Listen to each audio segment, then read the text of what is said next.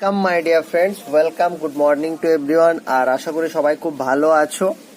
তো দেখো, ওয়েস্ট বেঙ্গলে রিসেন্টলি যে আপকামিং এক্সামগুলো আছে সেই এক্সামগুলোর কথা মাথায় রেখে আমরা ডেসক্রিপটিভ বেঙ্গলি এবং ডেসক্রিপটিভ ইংলিশ আমরা স্টার্ট করেছি।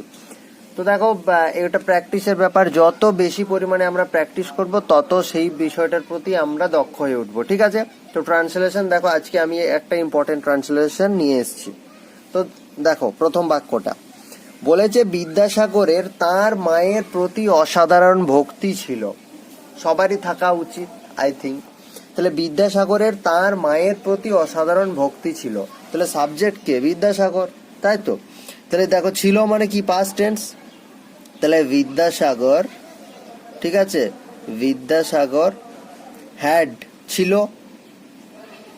অসাধারণ ভক্তি। তাহলে এরম বলতে পারো, বিদ্যাসাগর হ্যাড এ গ্রেট, তোমরা এটাকে কিভাবে বলতে পারো? ভক্তি তো, রিগার্ড বলতে পারো, গ্রেট রিগার্ড, আর রেসপেক্টও বলতে পারো, শ্রদ্ধা, ভক্তি শ্রদ্ধা একই ব্যাপার। Vidyasagar had a great regard or great respect, ঠিক আছে, তার মায়ের প্রতি। তাহলে রেসপেক্ট টু হিজ মাদার করতে পারো, টু হিজ মাদার, ঠিক আছে, মায়ের প্রতি। Vidyasagar had a great respect to his mother, মায়ের প্রতি অসাধারণ ভক্তি ছিল। পরের বাক্যে দেখো কি বলেছে, তিনি একদিন মায়ের কাছ থেকে একখানি চিঠি পেলেন, তাতে তাকে অবিলম্বে বাড়ি যেতে বলা হয়েছে। তাহলে আগে হচ্ছে কোনটা? তিনি চিঠিটা পেলেন। তাহলে ওয়ান ডে, একদিন, ঠিক আছে, ওয়ান ডে, একদিন, হি গট, ঠিক আছে, a letter, or he got a letter, একটি চিঠি পেলেন, তাতে তাকে অবিলম্বে বাড়ি যেতে বলা হয়েছে। ঠিক আছে? তাহলে আস্কিং হিম, কমা দাও, আস্কিং হিম বলা হয়েছে, আস্কিং হিম বলা হয়েছে, ঠিক আছে, টু কাম হোম। আচ্ছা, অবিলম্বে বলে একটা বলেছে, ঠিক আছে, তাহলে টু কাম হোম, যত তাড়াতাড়ি পারো, অ্যাট ওয়ান্স করে দাও, at once. Okay, next line দেখো কি বলেছে, তার কাছে মায়ের কথা আইনের মতো ছিল, তাই বিদ্যাসাগর একটুও সময় নষ্ট না করে বাড়ির পথ ধরলেন। ঠিক আছে? তাহলে হিজ মাদার্স ওয়ার্ডস, মায়ের কথা, তাহলে হিজ মাদার্স, ঠিক আছে, হিজ মাদার ওয়ার্ডস, তার মায়ের কথা কি রকম ছিল? War law to him, law মানে আইন। His mother's words were law to him, তার কাছে মায়ের কথা আইনের মতো ছিল, তাই বিদ্যাসাগর একটুও সময় নষ্ট না করে বাড়ির পথ ধরলেন। ঠিক আছে? সো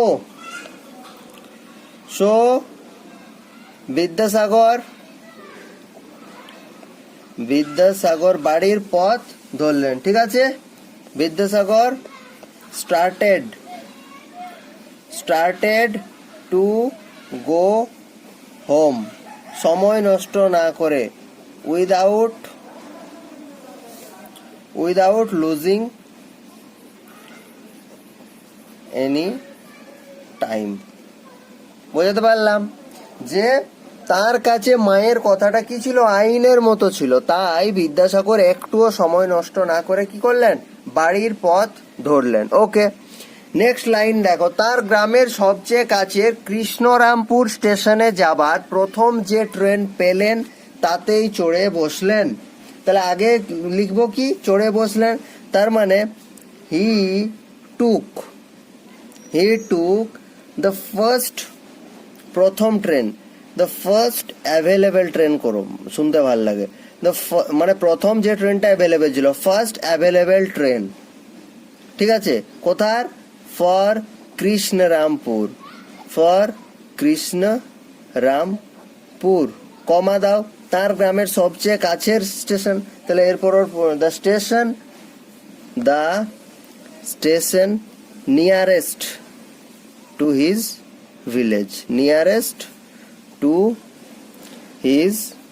ভিলেজ, বোঝাতে পারলাম?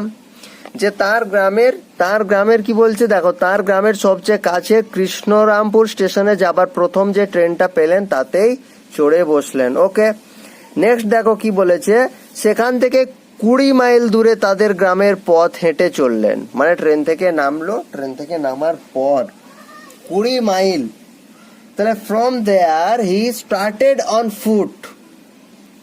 ওকে, সেখান থেকে ফ্রম দেয়ার হি স্টার্টেড, তাই তো, হি স্টার্টেড অন ফুট। ঠিক আছে, গ্রামের পথ হেঁটে চললেন। Which was 20 Miles away, 20 mile দূরে বলেছে না, তাহলে কোনটা 20 মাইল দূরে? তাহলে started on foot for his village করো, তবে তো বলতে পারবে 20 মাইল দূরে। ফর হিজ ভিলেজ, এরপর লেখো হুইচ ওয়াজ 20 মাইলস অ্যাওয়ে। এবার ঠিকঠাক আছে। নেক্সট যেটা বলেছে, দামোদর দামোদর নদ পথের মধ্যে পড়ে। ঠিক আছে, দামোদর নদ পথের মধ্যে পড়ে, তাহলে দ্য দামোদর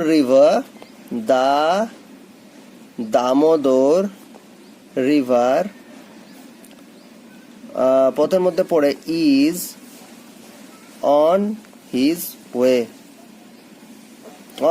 বলতে পারো, তার পথের মধ্যে পড়ে, বা এটাকে অন্যভাবে বললে এরকমও, দ্য দামোদর রিভার লে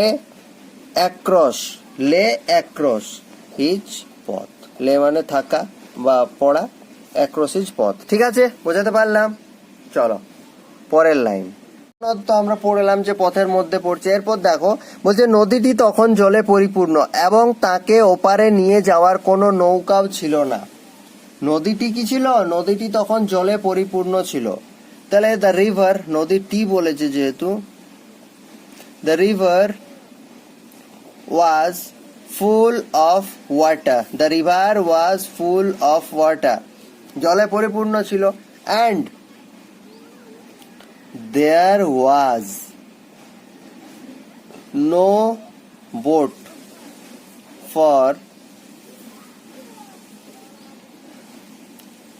taking him on the other side of the river। ঠিক আছে, খুব সহজ ভাষায়, নদীটি তখন জলে পরিপূর্ণ, তাহলে the river was full of water, এবং তাকে ওপারে নিয়ে যাওয়ার কোনো নৌকাও ছিল না। And there was no boat for taking him on other side of the river. বোঝাতে পারলাম? কিন্তু পথের মাঝখান থেকে ফিরে যাওয়ার মতো লোক তো বিদ্যাসাগর ছিলেন না, এটা আমরা সবাই জানি। পথের মাঝখান থেকে ফিরে যাওয়ার মতো লোক বিদ্যাসাগর ছিলেন না। তাহলে বাট বিদ্যাসাগর ছিলেন না, ওয়াজ নট দ্য ম্যান। কেমন ম্যান? টু টার্ন ফিরে যাওয়া, ফ্রম হিজ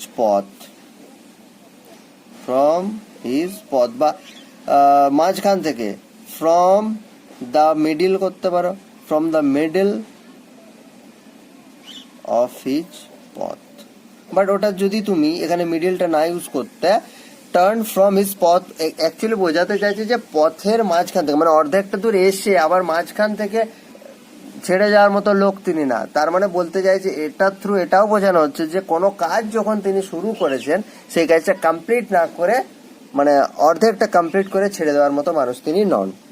তাহলে কি করলেন তিনি? আর তো উপায় নাই, তাহলে তিনি নদীতে ঝাঁপিয়ে পড়লেন এবং সাহসের সাথে সাঁতার দিয়ে নদী পার হলেন। ঠিক আছে, তাহলে তিনি কি করলেন? নদীতে ঝাঁপিয়ে পড়লেন। দেন হি ঝাঁপালেন into the river, he jumped into the river and কি করলেন? সাহসের সাথে সাঁতার দিলেন। তাহলে ব্রেভলি, সাহসের সাথে, ব্রেভলি সুইম থেকে সোয়াম হয় না, সোয়াম অ্যাক্রস দ্য রিভার, সাহসের সাথে কি করলেন? পুরো নদীটা সাঁতার দিলেন। ঠিক আছে, দেখো আমরা এতগুলো ট্রান্সলেশন আলোচনা করলাম, আমি কখনো কোথাও খুব হাইফাই ইংলিশ ইউজ করার চেষ্টা করিনি। আমি চেষ্টা করি সেন্টেন্স বাংলা যে বাক্যটা আছে সেটার মেন ভাবটুকু বুঝে নিয়ে সেটাকে একটু সাজানোর চেষ্টা করি। এমন কিছু সেন্টেন্স পাবে যে ক্ষেত্রে আমি যেটা লিখছি সেটাই ঠিক না, সেটাকে আরেকভাবেও লেখা যায়, বাট আমি চেষ্টা করি যেটা শুনতে ভালো লাগে, শ্রুতিমধুর হয়, মানে একটু সাজিয়ে লেখার চেষ্টা করি। বাট আমি কোনো প্রত্যেকটা সেন্টেন্সে একটা যে প্যাসেজ আছে সেই প্যাসেজটাকে প্রথমে মানে কম্পার্টমেন্টালাইজ করি, যে এই মানে 3টে লাইন 4টে লাইন 5টে লাইন যতগুলো নেওয়ার, সেটার মূল ভাবটুকু ভেবে সেই মূল ভাবটুকু না চেঞ্জ করে সেটাকে ট্রান্সলেট করার চেষ্টা করি। ঠিক আছে, তো এটা দেখো, এটা যত বেশি প্র্যাকটিস করবে তত এই বিষয়টার প্রতি নৈপুণ্যতা তৈরি হবে। বাট এটা সবার নিজস্ব ব্যাপার, যে যেরকম প্র্যাকটিস করবে সে তত ভালো এটা লিখতে পারবে। ওকে, তো আজকে এ পর্যন্তই, আবার দেখা হবে পরের ভিডিওতে। Thank you, have a good day.